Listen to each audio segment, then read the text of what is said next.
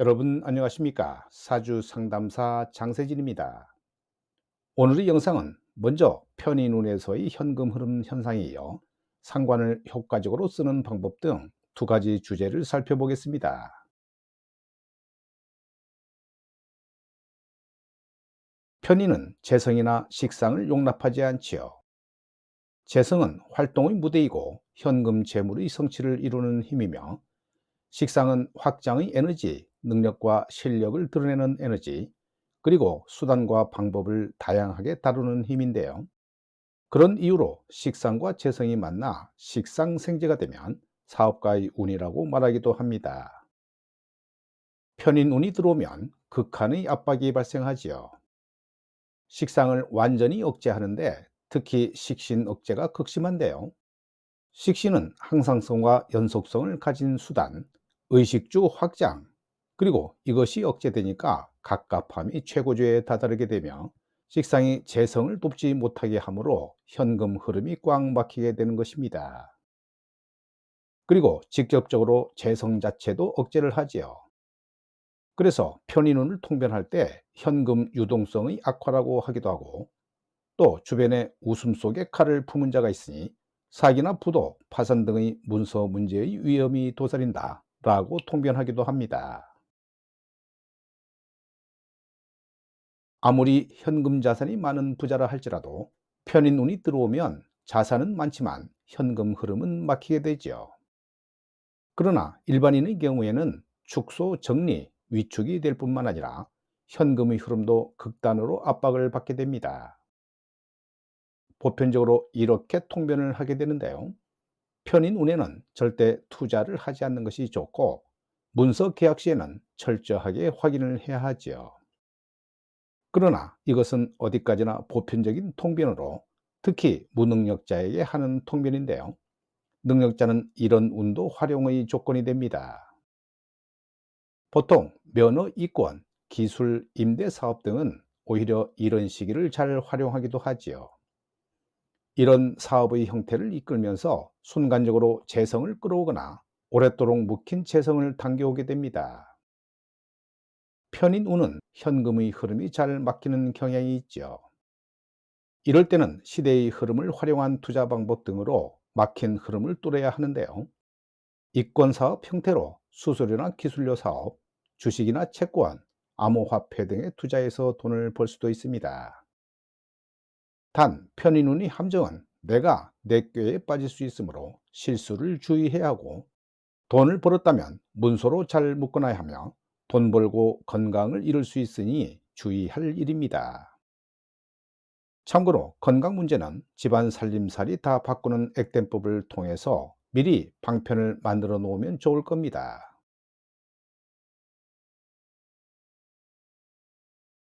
상관이 월지에서 투출하거나 지지에서 왕성한 기운이 상관이라면 이를 상관격이라고 부르지요. 상관격은 기본적으로 기존의 틀을 깨서 새롭게 창신하는 능력이 뛰어난데요. 그래서 신문물이나 신문화를 개발하는 측면에서 잘 활용할 수 있는 것입니다. 난세에는 이런 사주가 각광을 받지만 태평성대에서는 좀 문제아라는 평가를 받기도 하고, 상관에 어떤 육신이 붙느냐에 따라 복합구조가 되기도 합니다. 우선 인성이 붙으면 상관폐인이 되는데요.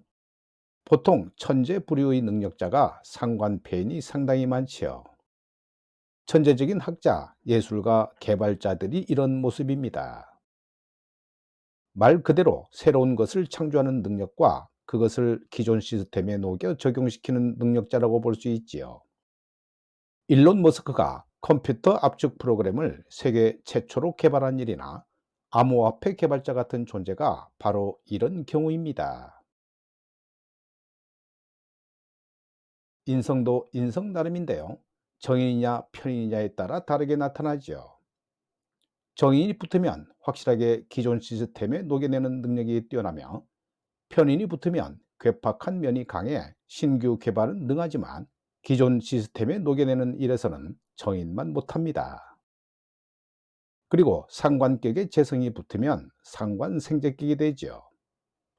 상관의 에너지를 현실화시킬 수 있는 사람들인데요. 재성이라는 것이 실용 가치를 높이는 작용인데, 상관이 재성을 만나니 개발, 생산, 유통을 한 번에 할 수 있는 사람입니다. 비유하자면 대기업의 창조주처럼 본인이 생각한 사업을 바로 현실화시키는 창업가의 모습과도 같지요. 대표적이고 보편적인 사업가의 구조는 상관 생태계인데요. 물론 이것도 편제냐 정제냐에 따라 많은 차이가 나게 됩니다. 편제는 사업의 형태가 역동적이고 도전적인 모습이지요. 즉흥성, 유행성, 투기성을 추구하지만, 정제는 안정성, 범용성을 추구합니다. 관성에 의해서 평소에는 법규를 잘 지키다가 위기의 순간에 법규나 규칙이나 상식을 깨고 순간적으로 튀어나가는 에너지가 있죠. 보통 군인이나 대기업 CEO와 같이 평소에는 안정적인 모습을 추구하다가 위기의 순간에 기지를 발휘해서 기존에 없던 방식으로 조직을 구하는 모습이 됩니다. 이것도 정관과 편관의 차이가 있는데요. 상관과 편관 구조의 경우에는 마치 이순신 장군처럼 영웅 같은 공적을 올리기도 하지만, 정관을 만나면 권율 장군 같은 성향이라 할 수 있습니다. 비겁은 실질적인 행동으로 시행착오를 여러 번 겪으면서 능력과 실력을 실무적으로 키우는 에너지이죠. 그런데 비겁을 만나지 못하면 상관은 그저 말뿐인 모습이 되는데요.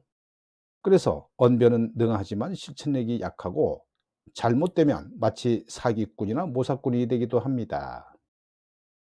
이것도 간지에 따라 그럴 수도 있고 아닐 수도 있는 문제라 무조건 그렇다고 보긴 어렵지만, 어찌 됐건 간에 비겁이 있어야 뚝심 있게 밀고 나가는 불도저와 같은 저력이 있는 것이고, 무리를 규합하는 힘이 생기므로 진정으로 리더가 되는 것입니다.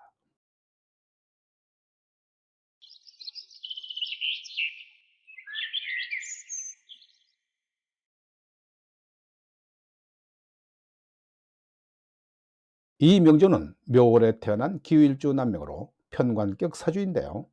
묘유충을 하고 있어 불미하지요. 식상이 많아 이것저것 해보고 싶은 것도 많지만 한 가지를 제대로 완성하지 못하는 모습입니다. 무재성 사주는 가능하면 사업을 해서는 안 된다고 언급했는데요. 사업을 하더라도 소비자와 직접 연결되는 사업은 힘들 수 있고, 중간 납품이나 대리점에 중개 납품하는 형태의 일을 한다면 그나마 괜찮다고 볼 수 있습니다.